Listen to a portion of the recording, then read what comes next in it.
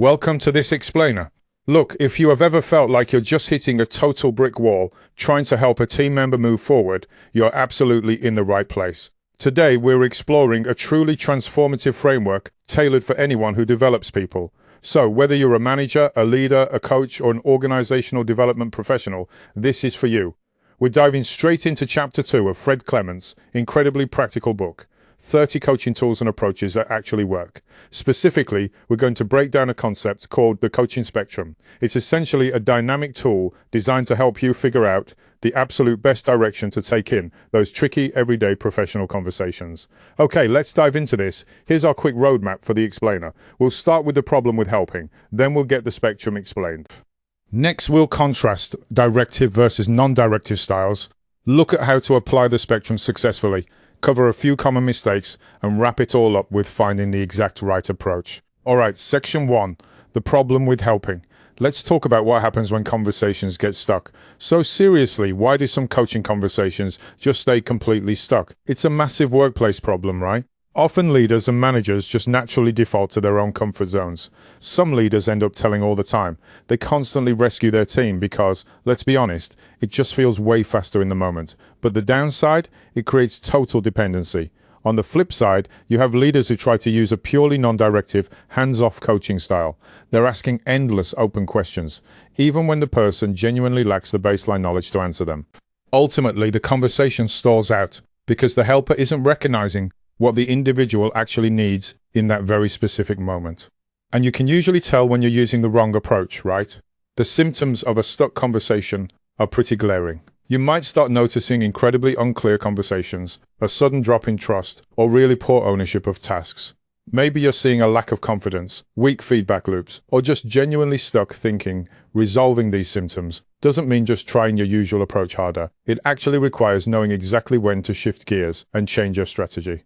Moving on to section 2, the coaching spectrum explained. And this brilliantly illustrates the whole concept. The coaching spectrum isn't some rigid textbook formula. It's a dynamic judgment tool. It maps out a whole range of interactions, starting from more directive on the left, moving all the way over to more non-directive on the right. So you move from tell, to guide, to mentor, and finally to coach.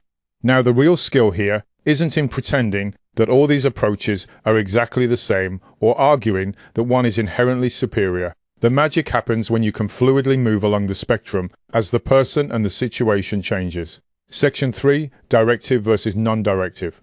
Let's really understand these two ends of the spectrum. Over on the left side, we have our more directive approaches. In this zone, you're providing information, setting firm boundaries, ensuring safety, or handling something urgent. Basically, the helper is doing more of the heavy lifting when it comes to thinking. Now contrast that with the right side, the more non-directive approaches. Here, the entire goal is to build ownership, spark deep insight, encourage reflection, and foster personal responsibility.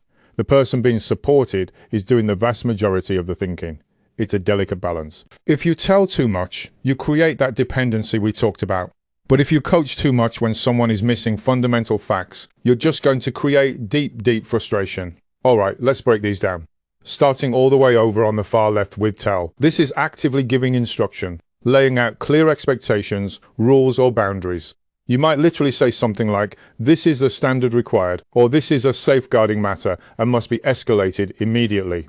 Now, in modern leadership circles, telling sometimes gets a bit of a bad rap, but Clements emphasizes that telling is absolutely not bad. In fact, it's completely essential when you're dealing with a risk, a safety issue, or an urgent operational matter. In those high-stakes moments, clarity is kind. Now, stepping just slightly to the right, we have guide. Guiding sits really comfortably in the middle. It's all about helping someone navigate their options without actually taking over the steering wheel. For example, you might say, well, a third option you could consider.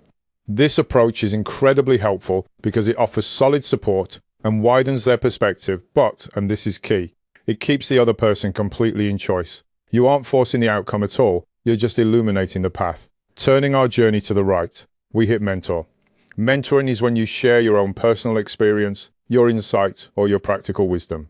You might say, you know, when I faced something similar, what really helped me was mentoring provides immense value, especially when the person is explicitly asking for your viewpoint to save them time and help them avoid pitfalls you've already navigated yourself. A great mentor always listens first, fully understands the context, and only then shares their experience appropriately. And finally, on the far right, we have coach. Coaching is the absolute least directive approach on the spectrum. It is entirely about helping the person discover their own way forward through careful listening, reflecting, and thoughtful questioning. As a coach, you don't need to have the answer, and you don't even need to be the technical expert in the room. The crucial takeaway here is that coaching creates the absolute deepest long-term ownership. Why? Because the solution comes directly from the individual's own brain. People are far, far more likely to act on a solution that they built themselves. Which brings us to section 4, applying the spectrum successfully in the real world. Now, what's really interesting about this is how you can use it as a literal cheat sheet for your day-to-day work. You can consciously choose your approach based on the exact situation in front of you. Think about it. If they lack knowledge or there's a serious risk, you use tell. If they need a bit of structure or some options, use guide. If they actively want perspective and are open to hearing your experience, use mentor. And if they already have the knowledge but just need some clarity and self-awareness, that is exactly when you coach. It's all about perfectly matching your tool to their immediate need. A truly great practitioner moves smoothly between all these modes, but they do it transparently. So what does that actually sound like? Well, consider asking, would it be helpful if I took my coaching hat off for a moment and shared a mentoring thought? That right there is a perfect example of a seamless transition. It keeps the professional relationship totally respectful. It makes the shift in your approach crystal clear, and most importantly, it still leaves the other person in choice. You are consciously shifting your approach, but you're bringing them right along with you. All right, section 5. Common mistakes to avoid. As powerful as this whole framework is, there are some pretty big traps you need to watch out for. First off, giving advice way too early, basically jumping in to fix things before you truly understand the context. Second, coaching when they actually just need training. Let's be real. Asking someone, well, what do you think you should do when they genuinely don't know a mandatory safety protocol isn't empowering, it's actually dangerous. Third, telling them what to do when they already know the answer, that just strips away all their autonomy. And finally, creating dependency by constantly rescuing them, instead of helping them build their own problem-solving muscles. Finally, section 6, finding the right approach to unstick those conversations. So how do we actually unstick those frustratingly difficult conversations and truly empower the people we lead? Honestly, it all comes down to asking yourself one ultimate golden question before you respond to any problem. Are you ready? It's this. What does this person need from me right now? Do they need instruction? Do they need guidance? Do they need my past experience? Or do they just need me to hold space so they can think it through for themselves? If you've just paused for a second and ask yourself that question, you will stop reacting on autopilot and start responding with real intention. And that leads us perfectly to our core takeaway for today. Flexibility and awareness are really at the heart of any effective conversation. You don't have to pick just one style and stick with it forever. You just have to be honest and totally purposeful about the role you're stepping into in that specific moment. Unsticking a conversation requires you to shift away from those automatic rigid reactions and move towards intentional dynamic choices. So as you head into your very next one-to-one or professional conversation, I want to challenge you. Are you defaulting to your favorite, most comfortable style? Or are you actually delivering exactly what that other person needs to succeed?